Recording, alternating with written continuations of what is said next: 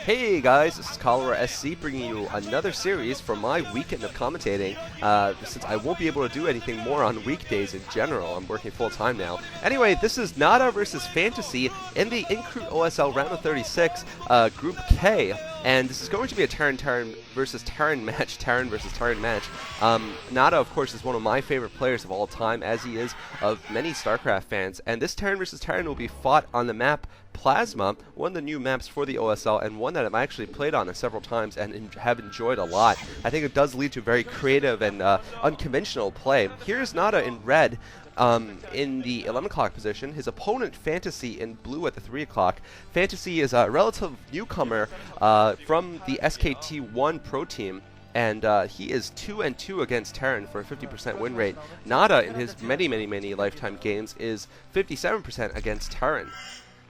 And I found out that Savior has the same birthday as me, only 3 years younger. Isn't that crazy? Alright, so we do have Nada here, and Nada has been, well, hasn't really gotten that far in either the MSL or the OSL as of late. Really, he's been stopped at the round of 16, I think, in both of the last series, but he's managed to get into both of the Star Leagues, which is certainly more than a lot of the old great players have been able to. And it shows that he really is a consistent Terran player, even if some of his strategies are a little bit different from the very heavy macro-oriented strategies of the young Terrans out there nowadays, the young Turks out there. He really still has adapted enough to be able to stay current with StarCraft play. And here we have Nada going for a fast scout here, right after he built a supply depot, going to scout at the wrong position at 7 o'clock location. And this being Plasma, of course, just so you guys, for those of you who just have been seeing this map for the first time, those are neutral lurker eggs separating the 3 starting locations, and you can only send workers through using a little mineral trick there. And interesting enough, looks like Fantasy is actually building a proxy barracks in the middle of the map. Now, this is not one of the starting locations, I believe. This is the center of the map, and will Nada be able to scout this? I don't think Nada will scout this, actually. He's actually coming quite close to scouting it, but looks like he misses it because really he has no reason to scout the middle unless it is specifically for a proxy. We'll see if Fantasy decides to do anything with the proxy barracks, like float it into Nada's base or something. But, you know, it will be interesting to see because, I mean, really a floating barracks, in general, it takes quite a long time to do any real damage or, you know, be able to produce enough Marines to do anything. Not like a floating factory where one vulture can be devastating in the early game. But a floating barracks is much less useful, so we could be just seeing it for scouting purposes. Fantasy might just be using it to get closer to one of the starting locations and scout Nada's base. We'll have to see, though. And Fantasy looks like he's actually managed to block his ramp. Now, I think Nada spotted that there was no barracks going up while he... well, actually, no, I don't think Nada managed to get up the ramp, so never mind. But yeah, good work there by Fantasy, and this will prevent Nada from being able to tell that there's proxy buildings being built in the middle, and looks like it's a proxy factory also after the proxy barracks. Now, what this means is I think Fantasy will still have to float something to get into Nada's base, but I think he'll only be one row of lurker eggs away from getting straight into Nada's base, and he might surprise Nada by actually landing the factory or the barracks into Nada's main base area and really just try to do a lot of damage to Nada quickly. Now he's going to leave that barracks around those lurker eggs. If Nada sends out a second scout, he's going to see the Marine in the middle of the map, and he's going to have to know there's a proxy barrack somewhere, because otherwise the Marine couldn't have gotten to the center there through the lurker eggs. And looks like a starport being built now for Fantasy. Definitely on this map, I think a very air-heavy build is favored. And if Nada goes for a fast expand here, he could be in big trouble against the starport build. But it looks like Nada actually... Oh, no, I'm sorry. That's Fantasy going 2-port rates there. He is going to be going for the 2 ports. And it looks like actually Nada is going for 2 starports also. So I think this is actually going to give Nada a bit of an advantage.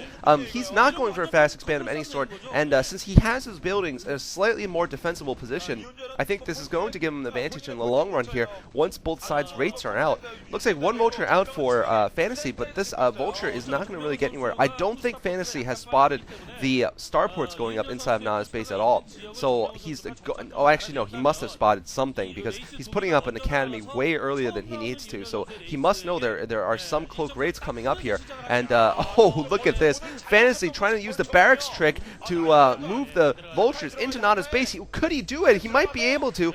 Nada Nada, of course, is actually famous for doing a Pimpus play where he did this using a barracks. He got a group of Medic Marines through a wall in, and looks like Fantasy has managed to get one Vulture in, but Nada, smartly enough, has built a Vulture of his own, so I don't think this Vulture would do that much damage. However, if the second Vulture gets in, it could do a lot of damage, but anyway, now Fantasy is going to know for sure that raids are coming up, and looks like no control tower for Nada just yet, so he's not going to need the cloak upgrade just yet. I'm sorry, he's not going to need the academy just yet, but so no, because no cloak rates will be able to come up. Looks like Fantasy's attempt to get in with those vultures has been foiled, so Nada smartly enough building 2 vultures inside his base, perhaps just anticipating just the same kind of attack coming in, or maybe some kind of strange drop coming from like a vulture drop or something coming from Fantasy.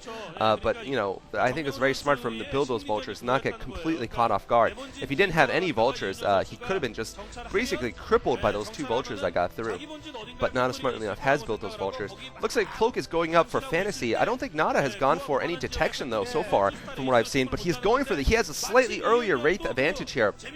And he will be going into Fantasy's unprotected main base. Fantasy has nothing in his base to shoot up, not even a barracks for some Marines. But here comes the Wraiths from Fantasy. He's going to have the first shot advantage here, and he will win this air battle if Nada decides to stay with it. Looks like Nada needed to pick off that Wraith. Terrible for Nada there. Nada having lost his first 2 Wraiths and not doing any damage to, really not doing any damage to Fantasy at all. This is looking really bad for Nada actually, because these tiny differences in a rush game can make all the difference, of course. And Cloak upgrade is going to be finished for Fantasy very soon, and I still don't see anything up for Nada to be able to detect against Cloak air units.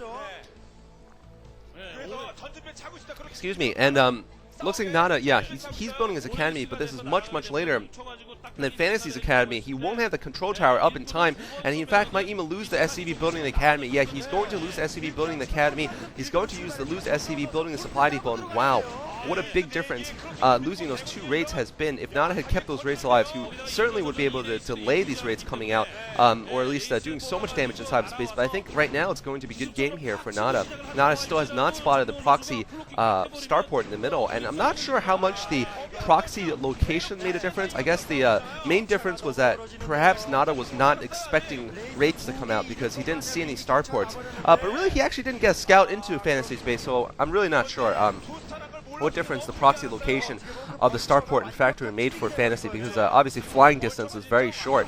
But looks like Nada is in very big trouble. There's really not much he can do. The academy is still not finished, but he does have cloak rates of his own. However, Fantasy cloaks up, and now he will have free reign over the base. In fact, if he scans Nada's wraiths, Nada will lose those wraiths, because obviously Nada can't shoot back at these cloak rates, and this is just looking absolutely terrible here for Nada. I think he will lose the first game, unfortunately, for one of my favorite Tyrant players out there.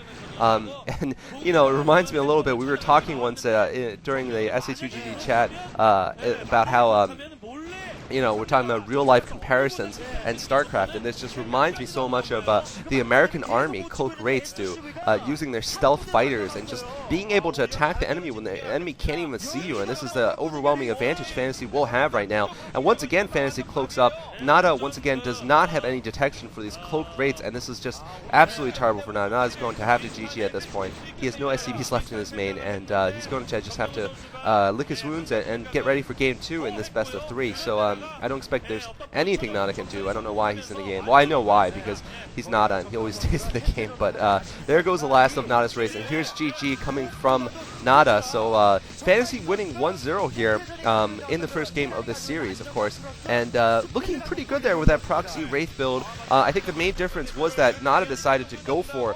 the tank. Actually, a tank came out, and he was perhaps thinking about breaking through the lurker eggs and doing some kind of ground attack, whereas Fantasy would for the very early academy, and he had the cloak rates out first, so he did take the game. Okay, hope you guys enjoyed. This is Cholera, and game 2 will be coming very soon.